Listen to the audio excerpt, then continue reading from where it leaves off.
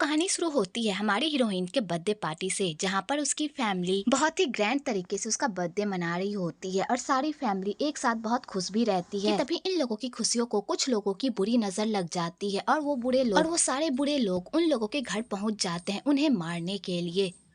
इधर सू के पापा को जब इन सब की भनक लगती है तो वो अपनी बेटी को अपने साथ लेकर चले जाते हैं और उसे एक रूम में छुपा देते हैं और उसे एक लॉकेट भी देते हैं और कहते हैं बेटा इस लॉकेट की बहुत ही अच्छे से देखभाल करना और इसे हमेशा अपने पास रखना, और जब तुम बड़ी हो जाओगी तो यही लॉकेट तुम्हें तुम्हारी राह दिखाएगा। और उसके पापा ये कहकर वहाँ से चले जाते हैं और ये बाप बेटी की आखिरी मुलाकात होती है। दूसरी तरफ तोंग जो सू के घर का नौकर हुआ करता था वो भी उन गद्दारों के साथ मिलकर सू की माँ के साथ बहुत ही मिसबिहेव करता है और उसका रेप भी कर देता है। और ये सब सू अपनी आंखों से देख रही होती है, पर वो बाहर नहीं निकल सकती क्योंकि उसने अपने पापा से प्रॉमिस किया था कि चाहे बाहर कुछ भी हो जाए वो इस रूम से बाहर नहीं निकलेगी। और इसी तरह वो सारे गुंडे मिलकर सू की पूरी फैमिली को तबाह कर देते हैं और उसके घर को आग भी लगा देते हैं। और इन सारे कारनामे में डिटेक्टिव यांग, झाओ, मेयर दाओ और सू का नौकर तोंग भी शामिल रहता है और वो चारों मिलकर उसके घर को आग लगा देते हैं और पूरी दुनिया में ये अफवाह फैला देते हैं कि उनके घर में अचानक आग लग गई थी, जिस वजह से पूरी सू फैमिली उसी आग में जलकर मर गई। आगे 18 साल का लीप आ जाता है और सू फैमिली का घर अब झाओ फैमिली का घर बन गया होता है। और आज हमारे हीरो गु वॉन के एंगेजमेंट की पार्टी भी होती है, पर वो खुद अपनी एंगेजमेंट पार्टी से गायब रहता है। तो उसकी सौतेली माँ गु वॉन को लेकर बहुत ही टेंशन में रहती है कि अगर वो टाइम पर नहीं आया तो उन लोगों के खानदान की बहुत ही बदनामी हो जाएगी।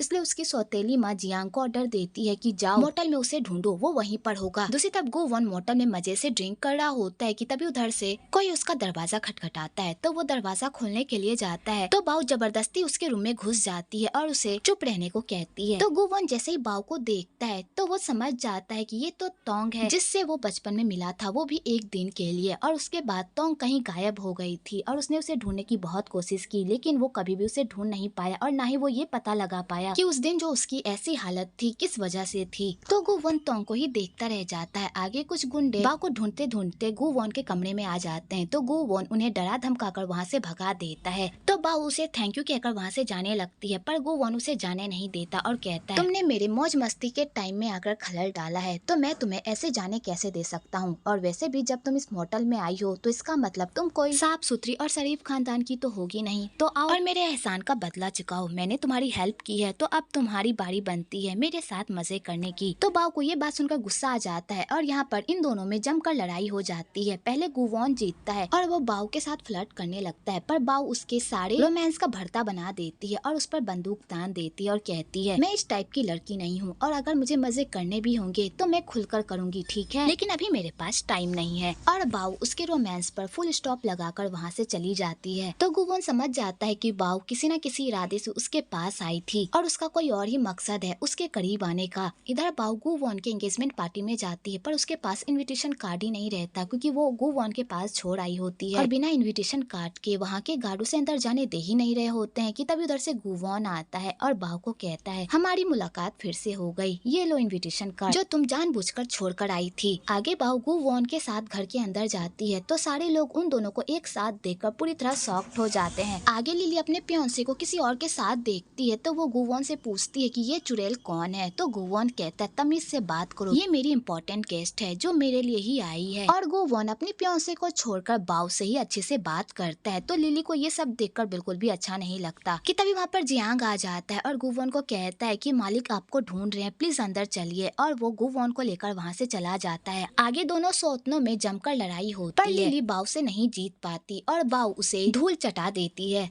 कि तभी उधर से झाओ अपनी दूसरी वाइफ के साथ आता है और सबके सामने अपने बेटे के एंगेजमेंट पार्टी की अनाउंसमेंट करता है। आगे वहाँ पर गु वॉन भी रेडी होकर आ जाता है और कहता है आज मेरी लाइफ का बहुत ही इम्पोर्टेंट दिन है क्योंकि आज मैं उस लड़की से शादी करने वाला हूँ जिस लड़की से मैं प्यार करता हूँ और जो लड़की मेरे लिए बनी है। और वो सबके सामने ये अनाउंस कर देता है कि जिस लड़की से उसकी शादी होने वाली है वो लड़की लिली नहीं बल्कि बाऊ है। तो सारे लोग ये सुनकर तो पूरी तरह दंग ही रह जाते हैं और गु वॉन बाऊ को कहता है तुम तो यही चाहती थी ना कि हम दोनों की शादी हो जाए। तो बाऊ ये बात सुनकर उसे ही देखती रह जाती है। आगे गुवन अपनी मरी हुई माँ के सामने अगरबत्ती जलाता है और कहता है, मॉम आज मैं उस लड़की से मिल गया जिसकी मैं बरसों से तलाश कर रहा था, और अब मैं बहुत जल्द ये भी पता लगा लूंगा कि 18 साल पहले क्या हुआ था और वो आग कैसे लगी थी। आप फिक्र मत कीजिए मॉम, अब मैं सारे राजों का धीरे धीरे पर्दाफाश करूंगा। आगे गुवन बाऊ को मिलने के लिए बुलाता है और उसके साथ फ्लर्ट करने लगता है। तो बाऊ भी गुवन के साथ फ्लर्ट करने लगती है, पर वो गुवन के सामने नहीं टिक पाती क्योंकि गुवन उसके कुछ ज्यादा ही करीब जाने लगता है। तो बाऊ वहाँ से चली जाती है। तो गुवन कहता है, तुम्हें क्या हुआ? तुम तो खुद मेरे करीब आ रही थी, लेकिन जब मैं तुम्हारे करीब गया तो तुम सहम गई। तो बाऊ कहती है, बकवास करना बंद करो और मुद्दे की बात करो कि तुमने सबके सामने ये अनाउंस क्यों किया कि तुम मुझसे शादी करने वाले हो। तो गुवन कहता है, तुम भी तो यही चाहती हो ना, अगर तुम मुझसे शादी कर लोगी तो तुम भी फायदे में रहोगी। तो बाऊ कहती है, तुम्हारे कहने का क्या मतलब है? तो गुवन कहता है, तुम एक बिजनेस वूमेन हो और अमीर खानदान से बिलोंग भी करती हो।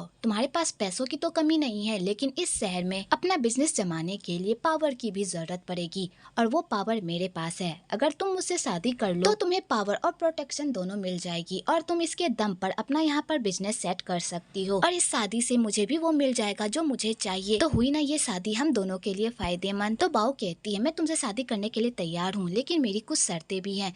आगे वो दोनों अपनी अपनी शर्त के अनुसार एक एग्रीमेंट साइन कर लेते हैं और दोनों पार्टनर्स बन जाते हैं। आगे गुवन अपने पापा को बताने के लिए चला जाता है कि वो बाऊ से शादी करने वाला है, और उसके जाने के बाद गुवन की सौतेली माँ और लिली बाऊ को नीचा दिखाने का एक मौका भी नहीं छोड़, और गुवन की सौतेली माँ बाऊ को कहती है, जब तुम इस खानदान की बहू बनने ही वाली हो तो क्या तुम मुझे चाय नहीं पिलाओगी? और गुवन की सौतेली माँ बाऊ को कड़वी कड़वी बातें बोलने लगती है। तो बाऊ भी पीछे नहीं हटती और उन लोगों को जमकर सुनाती है कि तभी उधर से गुवन आ जाता है और बाऊ को कहता है, ये मेरी असली माँ नहीं है बल्कि सौतेली माँ है, इसलिए तुम्हें इन्हें चाय पिलाने की कोई जरूरत नहीं है। कि तभी उधर से मेयर दाऊ और झाऊ भी आ जाते हैं। तो लिली अपने पापा के सामने नौटंकी करने लगती है, देखो ना इन लोगों ने मेरी इंसल्ट की, पर उसके पापा उसे ही चुप कराकर वहाँ से चले जाते हैं। आगे झाऊ बाऊ और गुवन के रिश्ते को मंजूरी दे देता है, क्योंकि बाऊ एक अमीर खानदान से बिलोंग करती है, इसलिए झाऊ को कोई प्रॉब्लम नहीं होती। आगे तोंग झाऊ से मिलने के लिए आता है और उससे बिजनेस की बात कर रहा होता है। तो बाऊ जैसे ही तोंग को देखती है उसका खून खोलने लगता है, क्योंकि तोंग ने जो उसकी माँ के साथ किया होता है वो बाऊ कभी भी नहीं भूली होती है, और ये सब गुवन भी नोटिस कर रहा होता है कि बाऊ के दिमाग में कुछ न कुछ जरूर चल रहा है जो उसे नहीं पता। दूसरी तरफ तोंग मेयर की मासूका के साथ गुलछर्रे उड़ा रहा होता है। तो सेंग चोरी छुपे उन लोगों की फोटो क्लिक कर लेता है। एक्चुअली सेंग एक रिपोर्टर भी होता है, पर वो बाऊ के लिए काम करता है। तो सेंग बाऊ को वो सारी फोटोज दिखाता है। तो बाऊ वो सारी फोटोज देखकर पूरी तरह हैरान होती है और वो सेंग को कहती है, तुमने बहुत ही अच्छा काम किया, लेकिन मैं चाहती हूँ कि तुम मेरा एक और काम करो। तो सेंग कहता है, क्या? तो बाऊ कहती है, मैं चाहती हूँ कि तोंग पूरी दुनिया के सामने बदनाम हो जाए और बेनकाब भी हो जाए। तो सेंग कहता है, ठीक है तुम्हारा ये काम हो जाएगा, और सेंग ये कहकर वहाँ से चला जाता है। कि तभी सेंग गुवन से टकरा जाता है और गुवन सेंग से पूछता है कि आखिरकार बाऊ तुमसे क्या काम करवा रही है, और अभी अभी बाऊ को तुमने क्या दिखाया, मुझे बताओ। तो सेंग कहता है, मैं अपने रूल्स के खिलाफ नहीं जा सकता और ना ही आपको कुछ बता सकता हूँ, प्लीज मुझे माफ कर दीजिए। तो गुवन कहता है, तुम्हें मुझसे डर नहीं लगता? तो सेंग कहता है, हाँ मुझे आपसे बहुत डर भी लगता है, लेकिन मैं अपने रूल्स के खिलाफ नहीं जा सकता, प्लीज मुझे माफ कर दीजिए। तो गुवन कहता है, जितने अच्छे तुम रिपोर्टर हो उतने अच्छे जासूस भी हो, इसलिए अब से तुम्हें भी मेरा एक काम करना होगा, तुम्हें बाऊ पर नजर रखनी होगी और उसकी पल पल की खबर मुझे लाकर देनी होगी, समझे? और गुवन सेंग को डराकर वहाँ से चला जाता है। अगली सुबह बाऊ गुवन को अपने साथ डिनर पर लेकर जाती है। तो गुवन कहता है,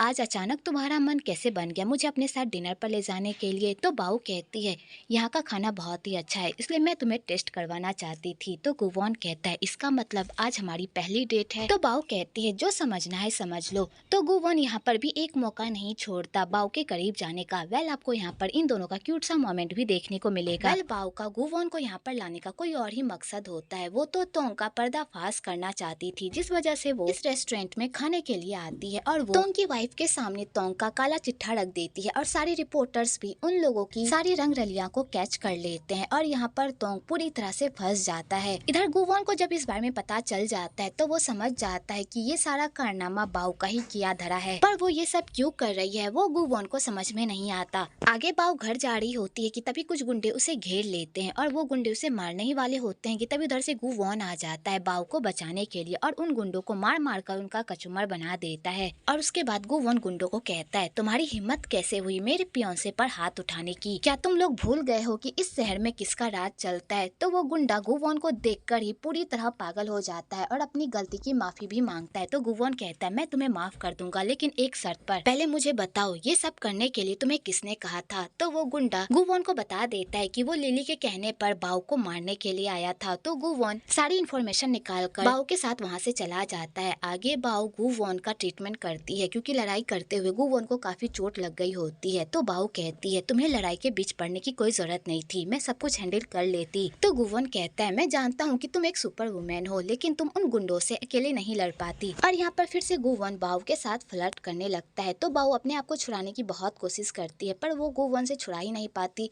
लेकिन लास्ट में वो खुद को छुड़ा ही लेती है। तो गु वॉन बाव से पूछता है, आखिरकार तुमने टोंग के साथ ऐसा क्यों किया? उसके साथ तुम्हारी क्या दुश्मनी थी? तो बाव कहती है, मेरी उसके साथ कोई दुश्मनी नहीं थी लेकिन वो एक नंबर का घटिया इंसान था और मैं उस जैसे घटिया इंसान को इस तरह रंग रलिया मनाते हुए नहीं देख सकती थी, इसलिए मैंने उसके साथ ये किया। तो गु वॉन ये सब सुनकर पूरी तरह हैरान हो जाता है क्योंकि उसे पता होता है कि बाव उससे कुछ ना कुछ जरूर छुपा रही है और बाव टोंग को बर्बाद करने का जो रीजन उसे बता रही है वो रीजन तो बिल्कुल भी नहीं है टोंग को बर्बाद करने का। और गु वॉन ये सब जानते हुए भी बाव से कुछ भी नहीं पूछता। अगले दिन गु वॉन लिली से मिलने के लिए जाता है और उसे धमकी देता है कि आइंदा से अगर तुमने मेरी फियांसे के साथ मैसअप करने की कोशिश की तो मैं तुम्हें नहीं छोड़ूंगा। और गु वॉन ये कहकर वहां से चला जाता है और लिली देखती ही रह जाती है। आगे मेयर दाऊ अपनी मासूका के कारनामों को सुनकर तो पूरी तरह पगला जाता है और वो अपनी मासूका को कहता है, आखिरकार मैंने तुम्हारी कौन सी ख्वाहिशें पूरी नहीं की जो तुमने मेरे साथ इतना बड़ा धोखा किया? मैंने तुम्हारी सारी जरूरतों का ख्याल रखा लेकिन तुमने मुझे ही कहीं का नहीं छोड़ा। सारे समाज में मेरी ही बातें हो रही है और सब मुझ पर थू थू कर रहे हैं।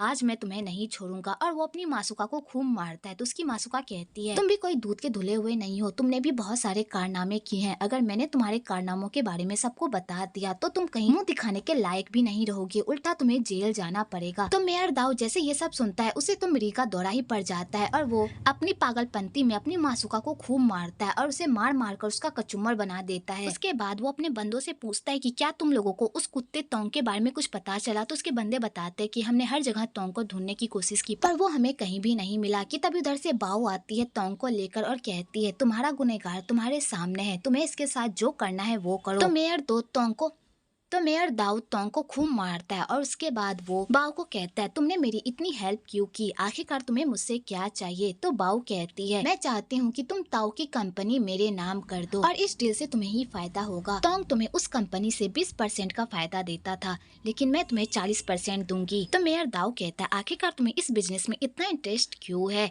तो बाऊ कहती है, मैं एक बिजनेस वूमेन हूँ और मुझे जहाँ पर फायदा दिखता है मैं वहाँ पर अपना पैसा लगाती हूँ, इसलिए अब तुम्हें सोचना है कि तुम मेरे साथ डील करोगे या नहीं। तो मेयर कहता है, मुझे तुम्हारा डील मंजूर है लेकिन मैं जिस लड़की के साथ डील कर रहा हूँ क्या वो लड़की मेरे बिजनेस को चलाने लायक है? ये देखने के बाद ही मैं डिसाइड करूंगा। आगे मेयर दाऊ अपनी मासूका और टोंग को उसके किए की सजा देता है और वो अपने साथ बाऊ को भी लेकर जाता है। और मेयर दाऊ बाऊ को कहता है, अगर तुम अपनी काबिलियत साबित करना चाहती हो तो इसे उड़ा दो, तब मुझे तुम्हारी काबिलियत पर यकीन आ जाएगा। तो बाऊ जब भी टोंग को देखती है तो उसे अपनी मरी हुई माँ की याद आती है कि टोंग ने उसकी माँ के साथ क्या कुछ नहीं किया था। तो बाऊ अपना सारा गुस्सा टोंग पर निकालती है और उसे जान से मार डालती है। तो मेयर दाऊ को बाऊ की काबिलियत पर यकीन हो जाता है और वो दोनों पार्टनर बन जाते हैं। इधर गो वॉन सब कुछ देख रहा होता है और उसे समझ में नहीं आ रहा होता है कि आखिरकार बाऊ ये सब कर क्यों रही है। आगे बाऊ के दुश्मनों में से एक दुश्मन कम हो जाता है और उसके बाद बाऊ अपने पापा के बिजनेस को फिर से हथिया लेती है और उसे देखकर वो इमोशनल हो जाती है क्योंकि जब वो छोटी थी तो हमेशा उसके पापा उसे ऑफिस ले जाया करते थे और उसके साथ टाइम स्पेंड किया करते थे। इधर डिटेक्टिव यांग को बाऊ की हरकतें कुछ अजीब लगती है और वो अपने बंदे को ऑर्डर देते हैं कि वो बाऊ के बारे में सब कुछ पता करे कि वो यहाँ पर किस मकसद के लिए आई है। आगे गुबन बाऊ को समझाने की कोशिश करता है कि वो जिस आदमी के साथ बिजनेस कर रही है वो आदमी बिल्कुल भी ठीक नहीं है, वो कब किस पर वार कर दे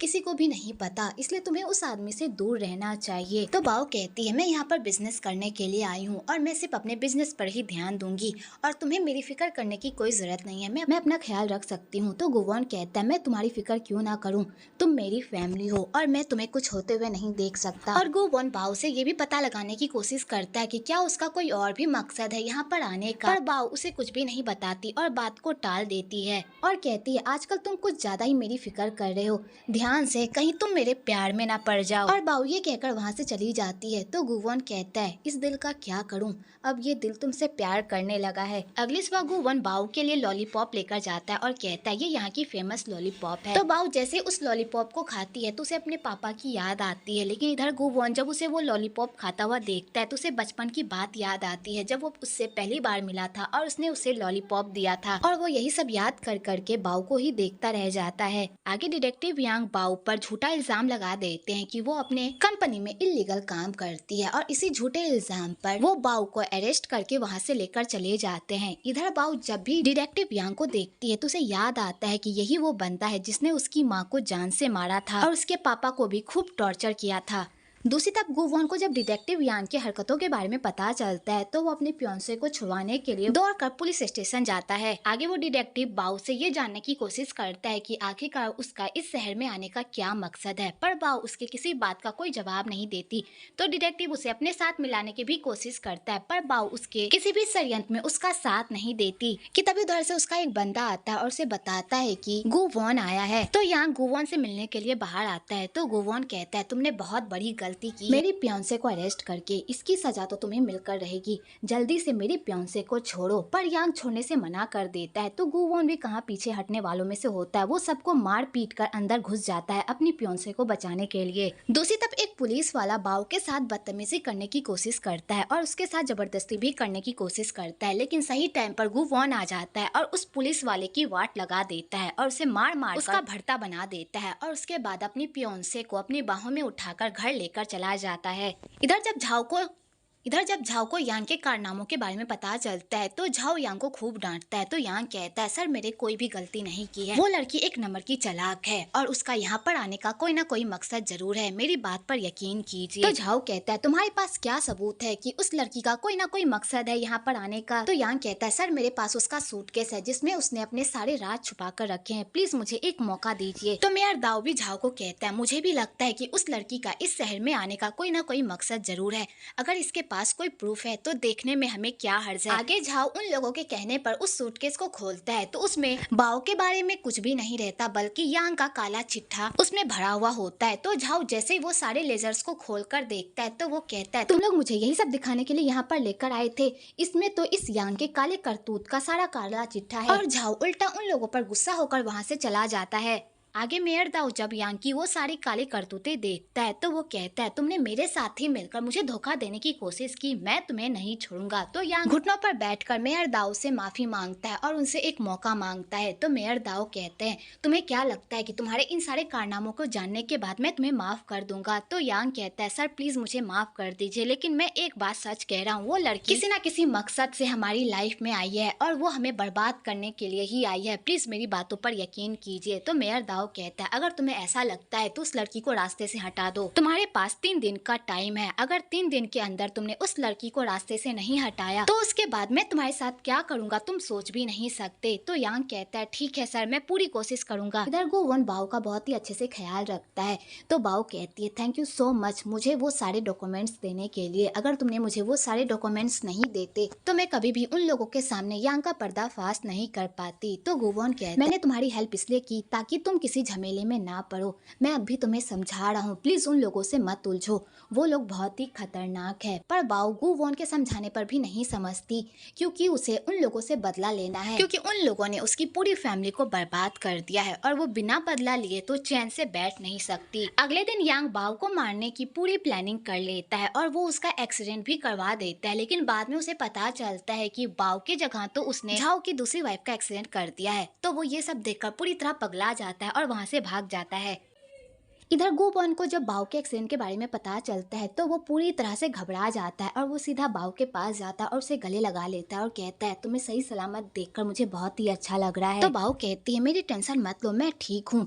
एक्चुअली बाओ को पहले से ही पता होता है कि यांग उस पर हमला करने वाला है, इसलिए वो जानबूझकर अपनी सौतेली माँ से अपने रिश्ते ठीक करती है और उसे अपनी जगह पर अपने ही कपड़े पहनाकर कंपनी भेज देती है ताकि यांग को गलतफहमी हो जाए और वो उसकी जगह उसकी सौतेली माँ को मारने की कोशिश करे और इन सब पछेरे में वो खुद फंस जाए। और होता भी ऐसा ही है। झाओ अपनी फैमिली की ऐसी हालत देखकर बहुत ही गुस्से में आ जाता है और वो मेयर दाओ को कहता है कहीं इन सारे कारनामों में तुम्हारा भी हाथ तो नहीं है। तो मेयर दाओ कहता है बिल्कुल भी नहीं सर, मेरा इन सब में बिल्कुल भी हाथ नहीं है, ये सब तोंग की वजह से ही हुआ है। उस तोंग के कुछ ज्यादा ही पर निकल आए हैं, अब उसके पर काटने का टाइम आ चुका है। और झाओ मेयर को ऑर्डर देता है कि वो तोंग को रास्ते से हटा दे। दूसरी तरफ गुवन बाओ के रूम में चोरी छुपे घुस जाता है और उसे सोते हुए बड़े ही प्यार से देखता है और कहता है तुम सोते हुए कितनी प्यारी लगती हो। वेल आपको यहाँ पर इन दोनों का क्यूट सा मोमेंट भी देखने को मिलेगा। दूसरी तरफ यांग बाओ के बारे में पता लगाने की कोशिश करता है और उसकी मेहनत भी रंग लाती है और उसे पता चल जाता है कि बाओ सू की बेटी है और वो उन लोगों से बदला लेने के लिए इस शहर में आई है